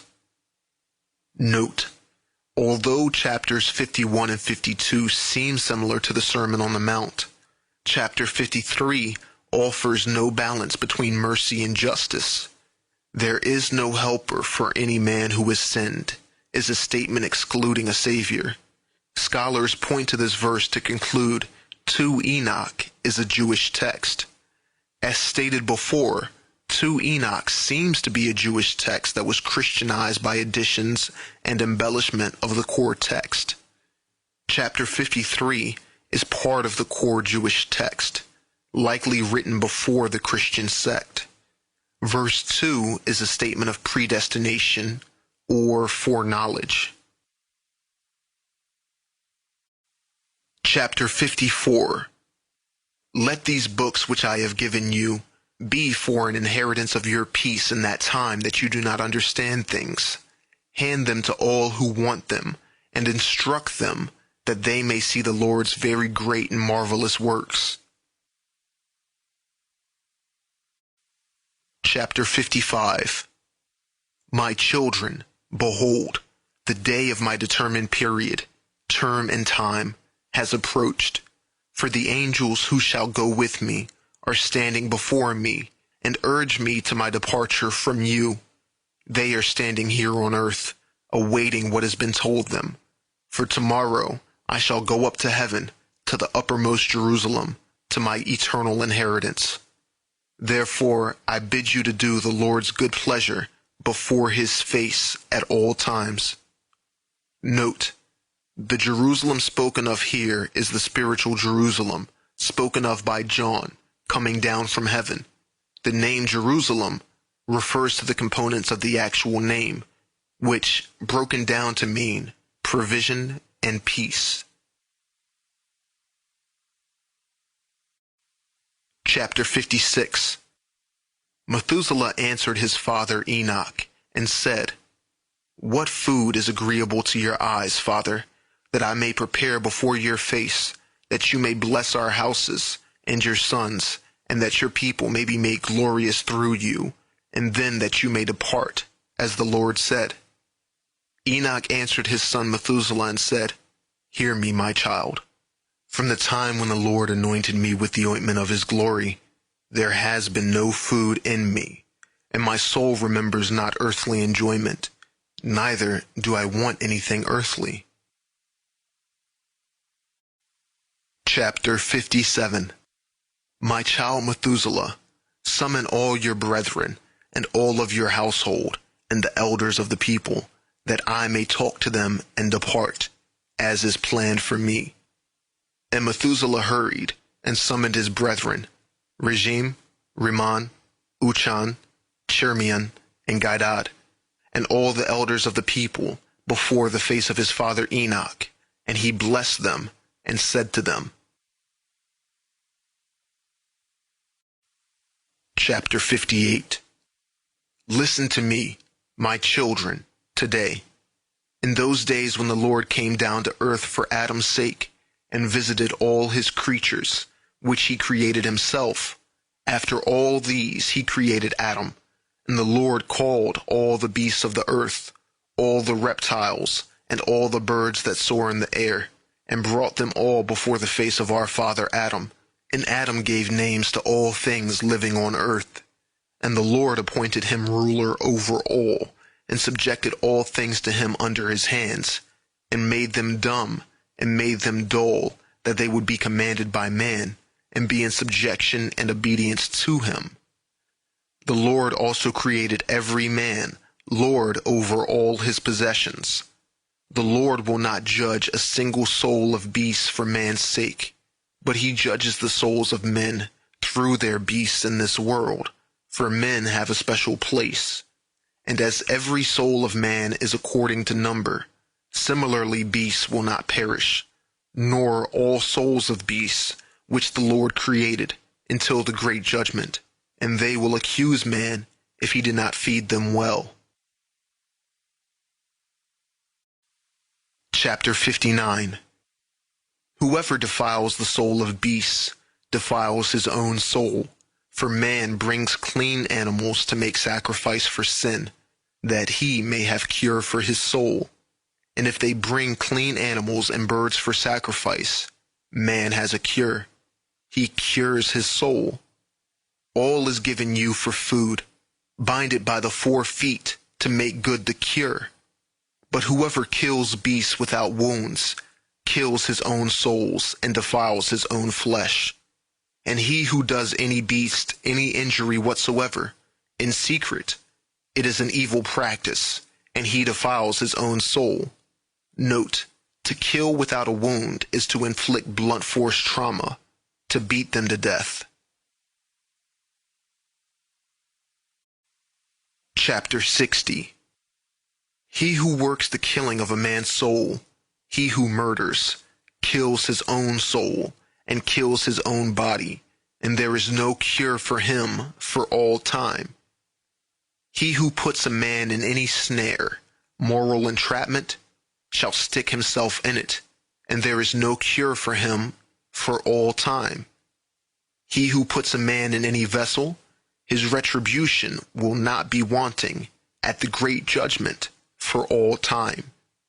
He who works dishonestly or speaks evil against any soul will not make justice for himself for all time. Chapter 61. And now, my children, keep your hearts from every injustice, which the Lord hates. Just as a man asks something for his own soul from God, so let him do the same to every living soul, because I know all things, how in the great time to come there is a great inheritance prepared for men, good for the good and bad for the bad, no matter the number. Blessed are those who enter the good houses, for in the bad houses there is no peace or return from them. Hear, my children, small and great, when man puts a good thought in his heart, it brings gifts from his labors before the Lord's face.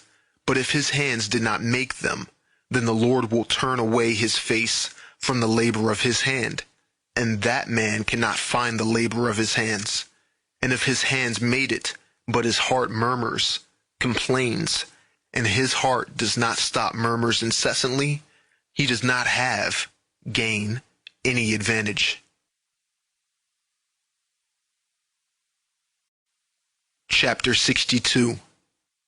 Blessed is the man who, in his patience, brings his gifts with faith before the Lord's face, because he will find forgiveness of sins. But if he takes back his words before the time, there is no repentance for him. And if the time passes, and he does not of his own will perform what is promised, there is no repentance after death. because every work which man does before the time, outside the time he has promised it, is all deceit before men and sin before God.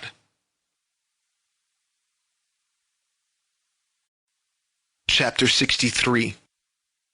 When man clothes the naked and fills the hungry, he will find reward from God. But if his heart complains, he commits double evil, ruin of himself and of that which he gives, and for him there will be no finding of reward because of that. And if his own heart is filled with his food, and his own flesh is clothed with his own clothing, he commits contempt, and will forfeit all his endurance of poverty, and will not find reward of his good deeds, if he is selfish and does not add to the economy of others. Every proud and pontificating man is hateful to the Lord, and every false speech is clothed in lies. It will be cut with the blade of the sword of death, and thrown into the fire, and shall burn for all time. Chapter 64. When Enoch had spoken these words to his sons, all people, far and near, heard how the Lord was calling Enoch. They took counsel together. Let us go and kiss Enoch. And 2,000 men came together, and came to the place called Achuzan, where Enoch was with his sons. And the elders of the people with the entire assembly came and bowed down, and began to kiss Enoch, and said to him, Our father Enoch, may you be blessed by the Lord, the eternal ruler. And now bless your sons and all the people, that we may be glorified today before your face. For you shall be glorified by the Lord's face for eternity, since the Lord chose you from among all men on earth, and designated you as the writer of all his creation, both physical and spiritual, and you are redeemed from the sins of man, and are the helper of your household. Chapter 65. And Enoch said to all his people, Hear me, my children. Before all creatures were created, the Lord created the physical and spiritual things, and then a long term passed. Then after all of that, he created man in the likeness of his own form, and put eyes into him to see, and ears into him to hear, and a heart to reflect, and intellect to enable him to deliberate. And the Lord saw all the works of man, and created all his creatures, and divided time. From time he determined the years, and from the years he appointed the months, and from the months he appointed the days, and of days he appointed 7. And in those he appointed the hours, measured them out exactly, that man might reflect on time, and count years, months, and hours, as they alternate from beginning to end, so that he might count his own life from the beginning until death, and reflect on his sin, and write his works, both bad and good. No work is hidden from the Lord, so that every man might know his works, and never transgress all his commandments, and keep my writing from generation to generation. When all creation, both physical and spiritual, as the Lord created it, shall end, then every man goes to the great judgment, and then all time shall be destroyed along with the years, and from then on there will be neither months, nor days, nor hours. They will run together, and will not be counted.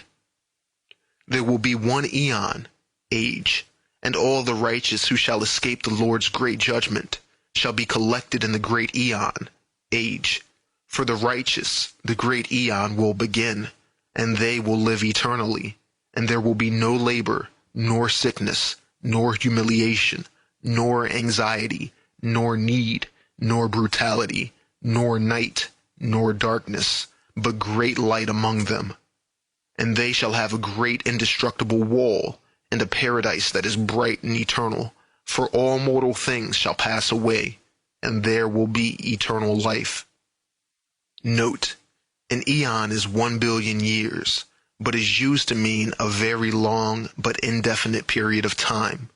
The word eternal means unchanging, incorruptible, immortal. The word used for mortal is the opposite of eternal, thus mortal, corruptible, changing. Chapter 66. And now, my children, keep your souls from all injustice the Lord hates. Walk before his face with great fear, respect, and trembling, and serve him only. Bow down to the true God, not to dumb idols, but bow down to his likeness, and bring all just offerings before the Lord's face. The Lord hates what is unjust. Note: this is an odd command issued by Enoch, that the people are not to bow to dumb idols, but are to bow to the likeness or similitude of God. This was likely added by Christians around the 3rd or 4th centuries AD. For the Lord sees all things. When man takes thought in his heart, then he counsels the intellects, and every thought is always before the Lord, who made firm the earth and put all creatures on it. If you look to heaven, the Lord is there. If you take thought of the sea's depth and all under the earth, the Lord is there. For the Lord created all things. Bow not down to things made by man, leaving the Lord of all creation, because no work can remain hidden before the Lord's face. Walk, my children, in long-suffering, in meekness, honesty, in thoughtfulness, in grief, in faith, and in truth. Walk in, rely on, promises, in times of illness, in abuse, in wounds, in temptation, in nakedness, in privation, loving one another, until you go out from this age of ills, that you become inheritors of endless time. Blessed are the just who shall escape the great judgment, for they shall shine forth more than the sun sevenfold. For in this world the 7th part is taken off from all: light, darkness, food, enjoyment, sorrow, paradise, torture, fire, frost, and other things. He put all down in writing, that you might read and understand. Chapter 67. When Enoch had talked to the people, the Lord sent out darkness onto the earth, and there was darkness, and it covered those men standing with Enoch, and they took Enoch up onto the highest heaven, where the Lord is. And there God received him, and placed him before his face. And the darkness went off from the earth, and light came again. And the people saw, and did not understand how Enoch had been taken. And they glorified God, and found a scroll in which was written, "The God of the spiritual." Then all went to their dwelling places.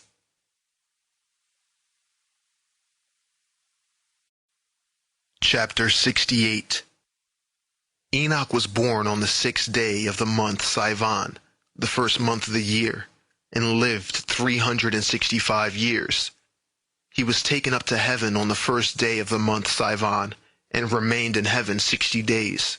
He wrote all these signs of all creation, which the Lord created, and wrote 366 books, and handed them over to his sons, and remained on earth 30 days, and was again taken up to heaven on the 6th day of the month Sivan, on the very day and hour when he was born. As every man's nature in this life is dark, so are also his conception, birth, and departure from this life. At what hour he was conceived, at that hour he was born, and at that hour also he died. Methuselah and his brethren, all the sons of Enoch, made haste, and erected an altar at that place called Achuzan, where Enoch had been taken up to heaven. And they took sacrificial oxen, and summoned all people, and sacrificed the sacrifice before the Lord's face. All people, the elders of the people, and the whole assembly came to the feast, and brought gifts to the sons of Enoch. And they made a great feast, rejoicing and making merry 3 days, praising God, who had given them such a sign through Enoch, who had found favor with him, and that they should hand it on to their sons, from generation to generation, from age to age. Amen. Note: Enoch was born on the 6th day of Sivan. Sivan is the first month of the year. The sum is 7, one of the holy numbers. He lived 365 years, 1 year of years. He remained in heaven 60 days. 6 is the number of man, which always falls short of God. The short version ends here. The wife of Ner was Sopanim. She was sterile and never had at any time given birth to a child by Ner. Sopanim was in her old age and in the last days, time of her death. She conceived in her womb, but Ner the priest had not slept with her from the day that the Lord had appointed him to conduct the liturgy in front of the face of the people. When Sopanim saw her pregnancy, she was ashamed and embarrassed, and she hid herself during all the days until she gave birth. Not one of the people knew about it. When 282 days had been completed, and the day of birth had begun to approach, Ner thought about his wife, and he called her to come to him in his house, so that he might converse with her. 282 days is 9.4 of 30-day months. Sopanim came to Ner, her husband, and behold, she was pregnant, and the day appointed for giving birth was drawing near. Ner saw her, and became very ashamed. He said to her, "What is this that you have done, O wife? Why have you disgraced me in front of the face of these people? Now depart from me and go back to where you began this disgrace of your womb, so that I might not defile my hands in front of the face of the Lord on account of you and sin." Sopanim spoke to her husband, Ner, saying, "O my Lord, look at me. It is the time of my old age. The day of my death has arrived. I do not understand how my menopause and the barrenness of my womb have been reversed." But Ner did not believe his wife, and for the second time he said to her, "Depart from me, or else I might assault you and commit a sin in front of the face of the Lord." And after Ner had spoken to his wife Sopanim, she fell down at Ner's feet and died.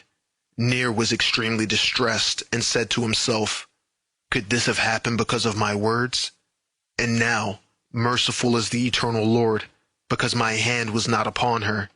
The archangel Gabriel appeared to Ner and said to him, "Do not think that your wife Sopanim has died due to your error. This child, which is to be born from her, is a righteous fruit, and one whom I shall receive into paradise, so that you will not be the father of a gift of God." Ner hurried and shut the door of his house. He went to Noah, his brother, and he reported to him everything that had happened in connection with his wife. Noah hurried to the room of his brother. The appearance of his brother's wife was as if she were dead, but her womb was at the same time giving birth.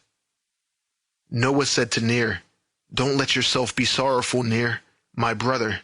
Today the Lord has covered up our scandal, because nobody from the people knows this. Now let us go quickly and bury her, and the Lord will cover up the scandal of our shame." They placed Sopanim on the bed, wrapped her around with black garments, and shut the door. They dug a grave in secret. When they had gone out toward the grave, a child came out from Sopanim's dead body and sat on the bed at her side. Noah and Ner came in to bury Sopanim, and they saw the child sitting beside Sopanim's dead body, and he was wiping his clothing. Noah and Ner were very terrified with great fear, because the child was physically fully developed. The child spoke with his lips and blessed the Lord. Noah and Ner looked at him closely, saying, "This is from the Lord, my brother. The badge of priesthood is on his chest, and it is glorious in appearance." Noah said to Ner, "God is renewing the priesthood from blood related to us, just as he pleases." Noah and Ner hurried and washed the child. They dressed him in the garments of the priesthood, and they gave him bread to eat, and he ate it, and they called him Melchizedek. Noah and Ner lifted up the body of Sopanim, and took the black garment off of her and washed her. They clothed her in exceptionally bright garments and built a grave for her. Noah, Ner, and Melchizedek came and they buried her publicly.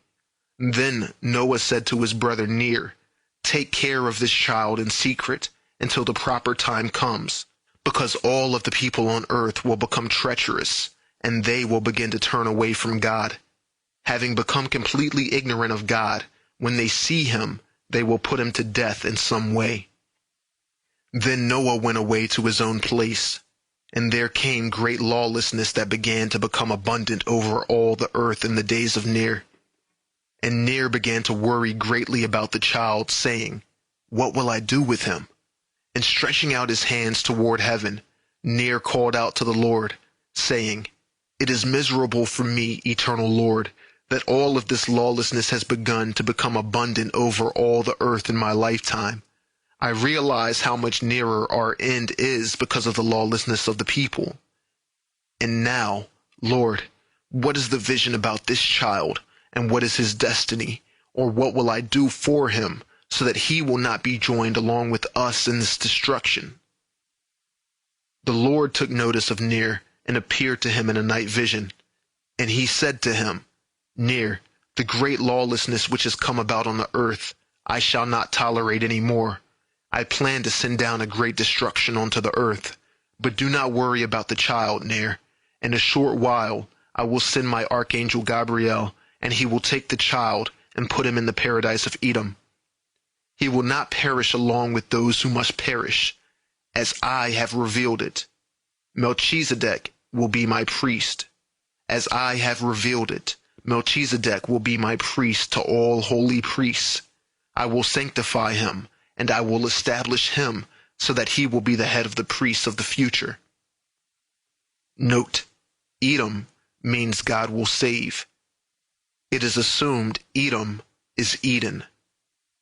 Then Ner arose from his sleep and blessed the Lord, who had appeared to him, saying, "Blessed be the Lord, the God of my fathers, who has approved of my priesthood and the priesthood of my fathers, because by his word he has created a great priest in the womb of Sopanim, my wife.